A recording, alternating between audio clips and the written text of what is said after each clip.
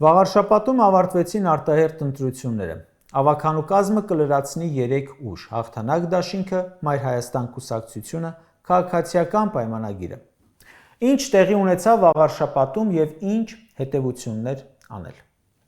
Նախ տեղի ունեցան բազմաթիվ ընտրախախտումներ, կուտակումներ, հատկապես տեղամասից դուրս, բաց քվեարկություններ, ուղղորդումներ, ամենուրեք ՔՊԻ քարոզչական պաստառներն էին, թեկնածուի լուսանկարները, ընտրատեղամասին կից ՔՊ շտաբներ,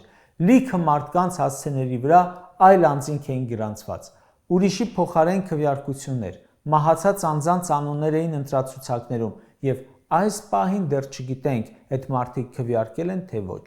Ուղեկցումներ, ոստիկանների կուտակումներ, լույսերի անջատում եւ իհարկե ստեր ֆեյք լուրեր իշխանականների, նրանց լրատվամիջոցների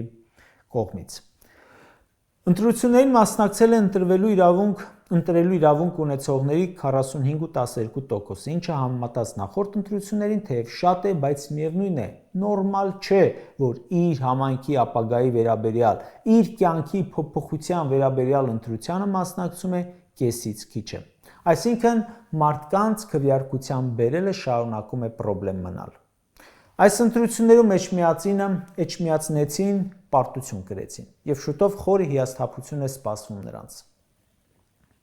Ի սկզբանե նշում էինք Ժորժ ջան, որ ընտրություններում հաղթանակը Նիկոլ Փաշինյանը կհամարի իրեն տրված կանաչ լույս հակաերկեցական արշավի համար, դա կհամարի իրեն տրված համաձայնություն հակապետական գործունեությունը շարունակելու համար, ու այդպես էլ արեց։ Այսօր արդեն գրառում էլ արել էջմիածնեցիների ձայները համարելով թույլտվություն մայրաթոռի վրա գրոհի։ Այսինքն նա պատրաստվում է քայլերի, որոնք հանցավորության տարրեր ունեն, եւ այդ քայլերի համար հղում է անում սիրելի ժողովրդին։ Եվ ուշագրավ է, որ նա էջմիածին այս ամբողջ ընթացքում չգնաց, քարոզարշավի չգնաց, որ չվնասի թեկնածուին, ռեյտինգ չգցի, բայց տրված ձայները վերագրում է իրեն,